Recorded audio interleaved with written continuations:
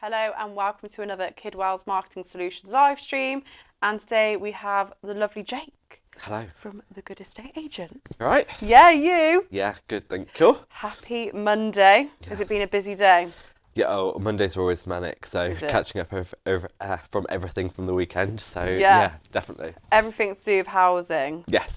Christ, busy. Yeah. So today we're going to be talking about the guide to picking the right estate agent. Yes, absolutely. So I think that's a really key, it's any key moment, isn't it, in a seller's journey. So we're going to kick it off on how to pick the right estate agent. Like, where do you start? Like, what are the green flags? What are the red flags? Yeah, absolutely. Because there are so many estate agents to choose from. It's so important that you get the right one, because not only have they got to match, they've got to be able to sell your property, and you've got to be confident they're going to do that.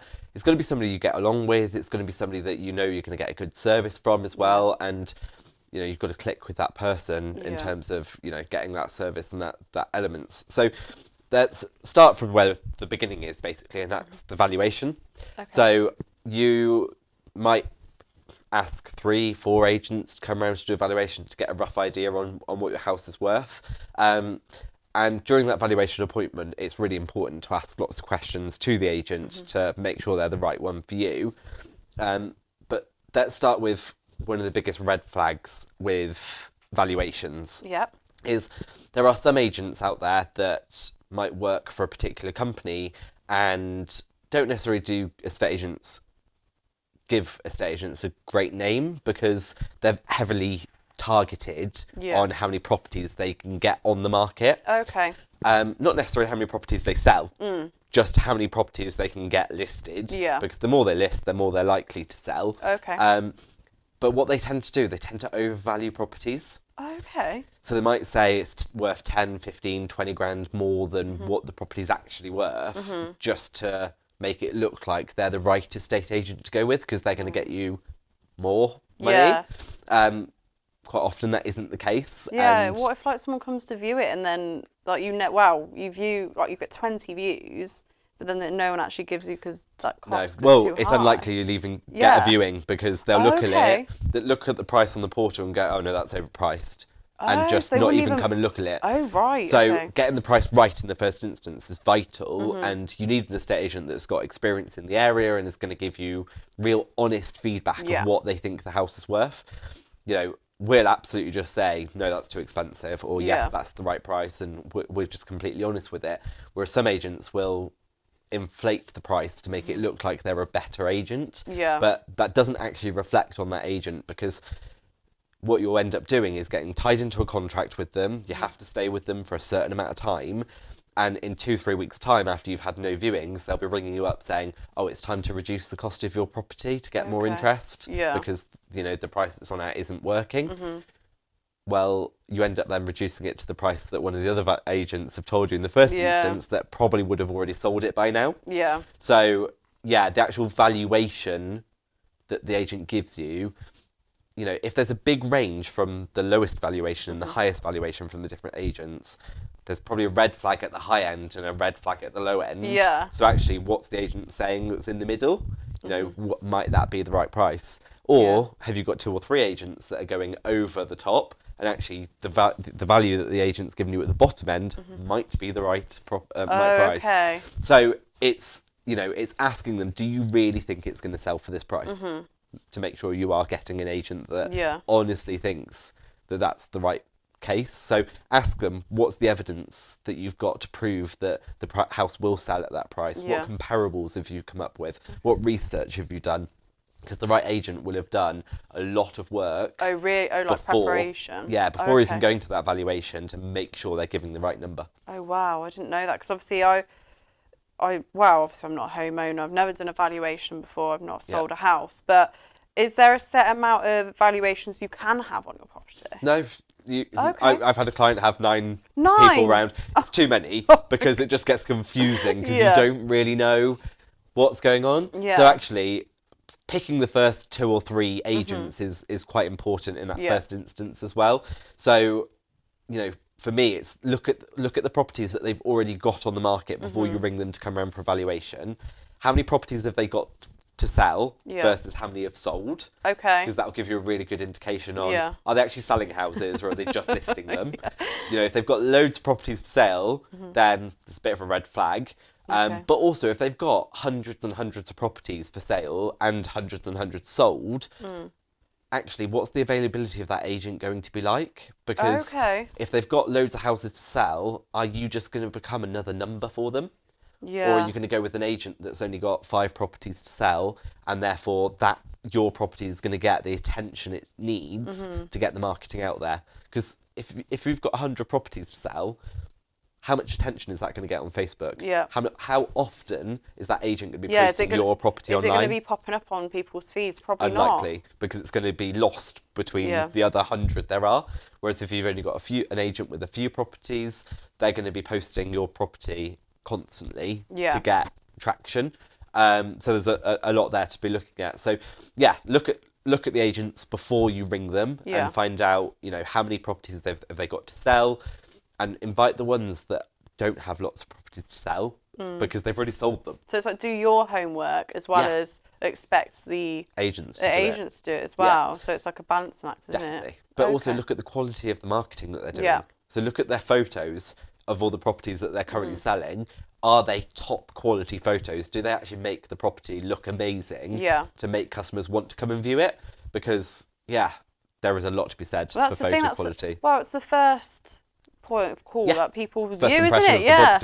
Exactly. So they need to be popping. They need to be ready. There is a big range of what I call poor photos up to quality photos. There's quite a range of different agents doing a lot of different things, and you just need to look at how do you want your house portrayed when it's on the market. So really looking at that. So do your homework before inviting agents. If it's so nice, because I was going to say, like, picking the agent that you go with, because I've got a question here, is it a personal decision or a business decision? But it really does sound like a bit of both. Absolutely. There's definitely got to be, because during that valuation appointment as well, do you click with that agent?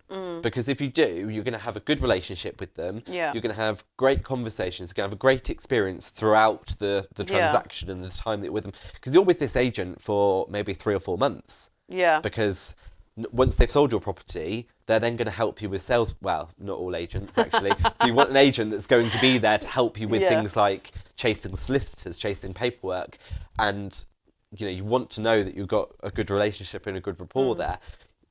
Because it's vital for you to enjoy the process. Because selling a house is stressful. And moving a house is horrible. Well, it is like, you know, I've mentioned the business side of it. It's like the biggest business transaction that you're ever going to do. It's the biggest asset that you've usually got. Exactly. So you've got to trust the person that you're dealing with that's going to make sure that absolutely happens and goes through. But on the business end of things, fees. Right. Massive thing here with fees, and it's quite a controversial subject. Is it? Because you might think cheapest is better because I'm saving money. But there's probably a reason that agent's cheaper. So there could be a couple of things. So number one, their marketing quality is not that great because they don't spend much money on marketing. So that's one thing. The other thing, they might be desperate for listings. So they're not actually selling many properties. They need more properties. So they're dropping their prices to try and get... undercut the market a bit, So are they actually the right agent? Also, the other thing to look at as well is negotiating with the agent. So what you've got to remember is your estate agent that you're working with is going to be negotiating with buyers on the price of your house. So a nice little test to do with agents is say to them, so your fee is 1%. Will you do it for 0.8%? And see what the agent says. Because if the agent goes, no problem straight away, you're like, whoa. That's their negotiation skills. That's it. There's none. So they're just going to do that with your buyers as well. Because you want to get the best price for your house, don't you? Absolutely. And at the end of the day, the agent that's getting the better fee is going to fight to get the best price for your house because every pound they get, they're getting a percentage of. So they're going to want to get as much as possible. Whereas on lower fees or fixed fees that some agents are, they're not really bothered about what they get as long as they sell the house. So Yeah, fees are a big thing. You know, cheap agents aren't always the best. Expensive agents aren't always the best. It's about finding one that's right for you. Yeah. You know, so yeah, so do be wary of cheap fees. Okay. Because they're not always great. You get what you pay for. It is a minefield, I feel like, when it comes to selling a house. Yeah, well, it's... the thing is with picking an estate agent is estate agents don't need qualifications to do the job. Okay. There's no real regulation around estate agency in terms of checking on best practice. Okay. There is voluntary regulations that you can be part of, like things like Property Mark and National Association of Estate Agency. To be part of those, you do have to be qualified. Yeah. Okay, so, or you have to have a certain amount of experience as an estate agent. So the other thing to look out for is, have they got qualifications? Yeah. Have they voluntarily gone and done the qualifications? And have they signed up to these property regulations? Yeah. Like Property Mark, National Association of Estate Agency, National Association of Letting Agents. You know, there's a number of different ones out there. So, yeah, because then you'll also know the quality, because people signed up to those are having to follow a certain code. Oh, okay, to like stay in that like association vibe. Okay. Absolutely, yeah. They've got certain rules that they have to follow. They have to stick to things. They are trained properly rather than just Joe Bloggs who's decided to let them go. Yeah. Let them be free. See what they want. want. Yeah. That's amazing. So when would be, so do you have to get the valuation done right at the beginning? Well, it's better to do, that is the first point of call, because okay. You can't pick an agent without knowing the value of your house, first of all, and also meeting with them, and also deciding if, you know, speaking to the agent around what's the quality of marketing they can do, what are they going to, how are they going to get your house sold? Yeah. So that is always the first step, is valuation first, and then everything else from there will follow. Yeah. But the other thing during valuation appointments is your estate agent helping you with what is the next step. Yeah. Because if it's first time selling a house... Yeah, it's like, I'm going to need guiding. Yeah, you're going to need my hand holding. So are they there to do that, or are they just wanting your money? Yeah. And actually it's about that service. Is it really obvious when people, like estate agents are like that though? No. No, they hide it really well. Well, it's not about hiding it, because they're trained, they're taught how to do the job they're doing. Okay. It's not necessarily off their own back that they're doing it. It's purely they've got targets they need to hit and they've been trained in a certain way. Whereas independent travel agents or self-employed travel agents, they are self-employed. Yeah. They run on reputation, they run on referrals, and if they don't get customers and they don't sell houses, they don't get paid. So they're going to give you the best thing that they possibly can, because if they give you a bad service, it's reputation is everything, especially in Hereford. I was going to say, because Hereford's so small. Absolutely. Word travels. Absolutely. You don't want to mess with the general public. Everyone knows everyone in Hereford. Everyone knows everybody who knows somebody in Hereford. And yeah, it's one of those things in this city in particular, service is absolutely everything. So, and thinking about agents as well, a big thing for me is availability of agents. So, because I think ourselves, what we do is quite unique compared to other agents in Hereford, is when are your agents available to speak to on the phone? When are they available to do viewings? And, you know, are you easily going to be able to get in contact with them? Yeah. So, like, for us, we work whenever we're needed. Yeah. So if a customer wants to do a viewing at 8 o'clock at night, we'll do it, because we don't have a shop to manage, we don't have a salary, we don't have hours we have to stick to working. We can do Saturdays and Sundays, which is completely unheard of for estate agencies, especially Sundays. You know, we need to be available at times that customers are available to view. Yeah. And quite often that's not Monday to Friday 9 till 5, because that's when everyone's working.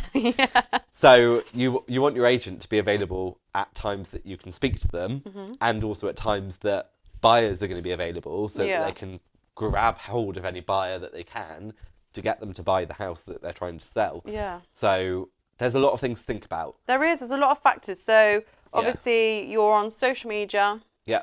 They can reach you at the end of the phone, and you've got your lovely website. Yeah. So that they can... WhatsApp, Facebook Messenger, Instagram. Yeah, they can contact us any way they want. So amazing. Yeah, if customers want to find out more, or even if they just want advice on if they're on the market with another agent and they're not getting the service that we've just talked about, ring me up. Okay. Right? Have a chat with me, and I can help you in terms of how to guide that agents, you know, give them feedback, give them advice on how to do things.